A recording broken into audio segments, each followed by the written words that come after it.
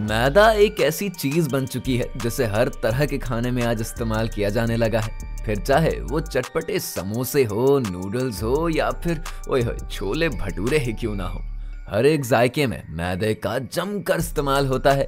लेकिन मैदे से बनी इन चीजों का स्वाद लेते समय क्या आपके मन में कभी ये आया है कि आखिर मैदे को फैक्ट्री में कैसे बनाया जाता है? अगर नहीं तो आज आपको कुछ नया देखने को मिलने वाला है।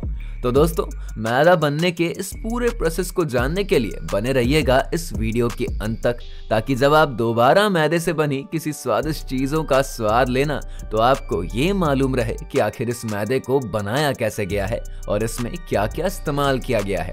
तो फिर बिना किसी देरी के चलिए शुरू करते हैं आज की इस वीडियो को। तो दोस्तों, हम लेकर आए हैं आपको उस फैक्ट्री में जहां मैदे को तैयार किया जाता है। सबसे खास बात तो यह है कि मैदे को जिस चीज में बनाया जाता है वो चीज और कोई नहीं बल्कि गेहूं है, जिसकी रोटी रोजाना हम लोग खाते हैं। लेकिन गेहूं को फैक्ट्री तक पहुंचाने के लिए सबसे पहले हमें गेहूं की खेती पर जाना पड़ता है, जहां पर वर्कर्स बड़ी बड़ी मशीनों को लेकर उस खेत पर पहुंचते हैं और सबसे पहले ये देखा जाता है कि गेहूं की फसल अच्छे से हुई है या फिर नहीं। अगर फसल अच्छे से हो जाती है तब गेहूं की फसल को काटने का काम किया जाता है। इस काम के लिए हार्वेस्टर का इस्तेमाल किया जाता है, जिसकी मदद से गेहूं की फसल से गेहूं के दानों को अलग किया जाता है।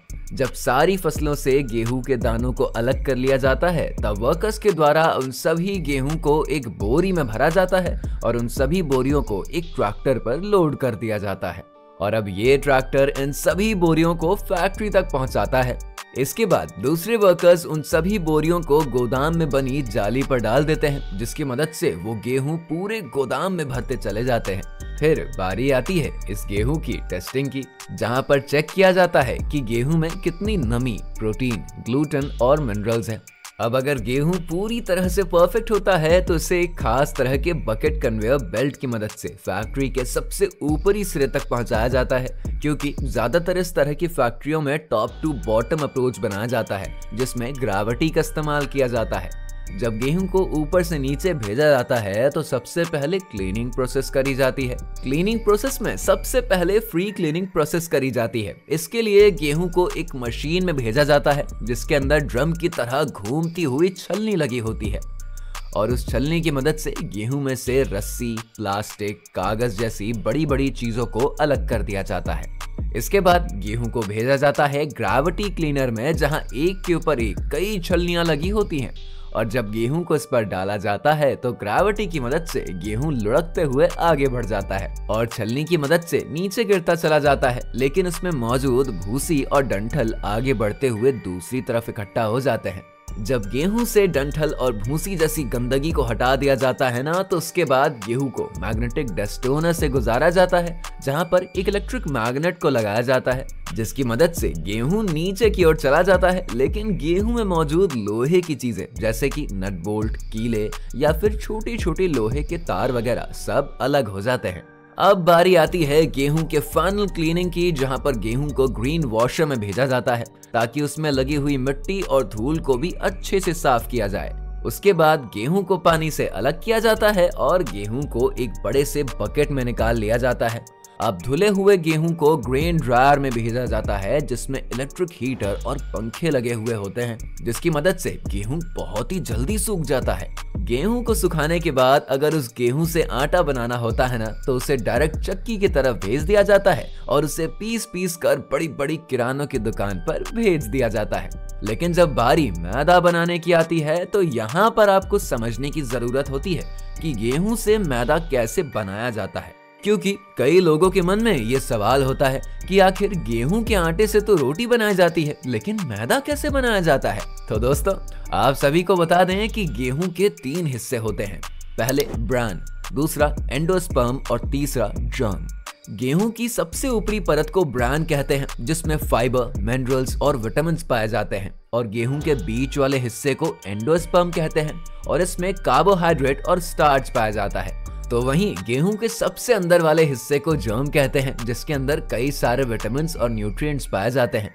और जब गेहूं से मैदा बनाना होता है तो गेहूं के ब्रान और जर्म को हटा दिया जाता है और सिर्फ एंडोस्पर्म का इस्तेमाल किया जाता है, जिसके अंदर कार्बोहाइड्रेट और स्टार्च पाया जाता है। दरअसल दोस्तों, जब गेहूं से आटे के बजाय मैदा बनाना होता है ना, तो साफ गेहूं को टर्बुलाइजर डैम्पनर नोजल में भेजा जाता है, जहां पर सूखे हुए गेहूं को 10 से 7% तक नमी दी जाती है। जब गेहूं और पानी को अच्छे से मिलाकर उसमें नमी पैदा कर दी जाती है, तब इसे एक बड़े से होल्डिंग टैंक में कम से कम 10 से 12 घंटों के लिए छोड़ दिया जाता है, जिसकी मदद से गेहूं का बाहरी हिस्सा ब्रैन काफी ज्यादा सख्त हो जाता है और बीज का हिस्सा यानी कि एंडोस्पर्म काफी ज्यादा फूल जाता है, और ये स्टेप मैदा बनाने के लिए काफी जरूरी होता है।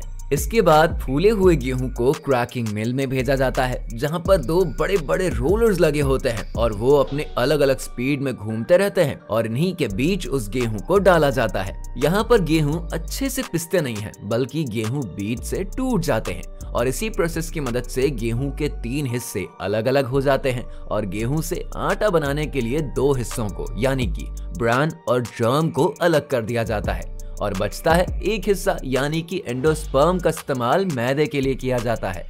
दोस्तों, जब इन 3 चीजों को अलग अलग कर दिया जाता है, तब यहाँ पर ब्रैन और जर्म का रोल पूरी तरह खत्म हो जाता है और जो बचा हुआ पार्ट होता है वो होता है एंडोस्पर्म। हालांकि अभी यहाँ पर मैदा तैयार नहीं हुआ है, अभी थोड़ा सा इंतजार और करना पड़ेगा। जब इन सभी पिसे हुए चीजों को अच्छी तरह से छान लिया जाता है ना, तो जो सबसे नीचे होता है उसे हम रवा कहते हैं, जिसका हलवा बनाकर खाते हैं हम। लेकिन यहाँ तो हम मैदा बना रहे हैं, इसीलिए अब इसे आगे की प्रक्रिया के लिए भेज दिया जाता है। मैदा बनाने के लिए इस रवा को रोलर मिल में भेजा जाता है, जहाँ पर इस रवा को और भी ज्यादा महीन पीसा जाता है। हालांकि इस रवा को कई रोलर मशीन से गुजारा जाता है और तब तक गुजारा जाता है जब तक ये एंडोस्पर्म के पार्टिकल्स का साइज 200 माइक्रोन से कम नहीं हो जाता। इसके बाद इसको फैक्ट्री में लगे बड़े बड़े प्लांट सिफ्टर में भेजा जाता है, जिसमें एक के ऊपर एक कई सारी बारीक छलनियां लगी होती हैं, और ये मशीन एक ऐसी मशीन होती है जो लगातार हिलती रहती है। इस मशीन में बारीक पिसे हुए एंडोस्पर्म के पार्टिकल्स को डाला जाता है, जो कि काफी ज्यादा बारीक होता है, और वो ही इन सारी छल्लियों को पार करके नीचे पहुंच पाता है। और जो बचे हुए पार्टिकल्स होते हैं उन्हें दोबारा से रोलर मशीन में डाला जाता है, ताकि उन्हें और भी ज्यादा पतला किया जा सके और फिर से इसे प्लांट सिफ्टर मशीन में भेजकर इस प्रक्रिया से गुजारा जा सके। दोस्तों, इस मशीन में जो सबसे आखिरी छलनी में हमें मिलता है वो होता है मैदा, क्योंकि उस पार्टिकल का साइज 10 से 100 माइक्रोन्स के बीच होता है और तब जाकर यह हमारा मैदा बनकर तैयार हो पाता है। लेकिन आप सभी ने देखा कि मैदा आटे से काफी ज्यादा सफेद होता है। इसके लिए कई कंपनियां तो मैदे को खुले में छोड़ देती हैं, जिसकी वजह से उसका रंग सफेद हो जाता है। लेकिन कई कंपनियां जल्दबाजी में मैदे को सफेद करने के लिए पेरोक्साइड या फिर पोटेशियम ब्रोमेट के जरिए ब्लीच करती हैं, जिसकी मदद से मैदा बहुत ही जल्दी सफेद हो जाता है। तो दोस्तों, अब हमारा मैदा बनकर बिल्कुल तैयार हो चुका है, और आपने अभी देखा कि एक ही प्रोसेस में मैंने आपको 3 अलग अलग चीजों को बता दिया। पहले तो आटा, दूसरा था रवा और तीसरा मैदा। हालांकि तीनों का स्वाद बहुत अलग अलग होता है, क्योंकि आटे में ब्रैन और जर्म होते हैं और वहीं मैदे में सिर्फ एंडोस्पर्म होता है। तो अब अगर हम रवा की बात करें तो रवा के पार्टिकल्स का साइज थोड़ा सा बड़ा होता है और मैदा बिल्कुल पतला हो जाता है, जिसकी वजह से मैदा और रवा का टेस्ट चेंज लगता है आपको। हालांकि जब मैदा बनकर तैयार हो जाता है तो वर्कर्स की मदद से इसे पैक कर दिया जाता है और किराने की दुकानों तक पहुंचा दिया जाता है, जिसके बाद मैदे से बनने वाले समोसे, छोले भटूरे, बर्गर्स, नूडल्स, हर एक चीज का मजा हम लेते हैं। लेकिन दोस्तों, मैदा हमारी सेहत के लिए ज्यादा अच्छा नहीं होता है। यहाँ तक कि मैदा डायबिटीज के लोगों के लिए काफी ज्यादा नुकसानदायक साबित हो जाता है। वैसे दोस्तों, वीडियो में दी गई जानकारी आपको कैसी लगी हमें कमेंट सेक्शन में जरूर बताइएगा। अगर आप और भी इसी तरह की फैक्ट्री मेकिंग वीडियोस देखना चाहते हैं ना, तो फटाफट से हमारे चैनल फैक्ट फिक्शन को सब्सक्राइब कर दीजिए और वीडियो को लाइक और शेयर भी कर दीजिए, ताकि हमें भी पता चल सके कि हमारे वीडियोस को लोग कितना देखते हैं और उसे कितना पसंद करते हैं।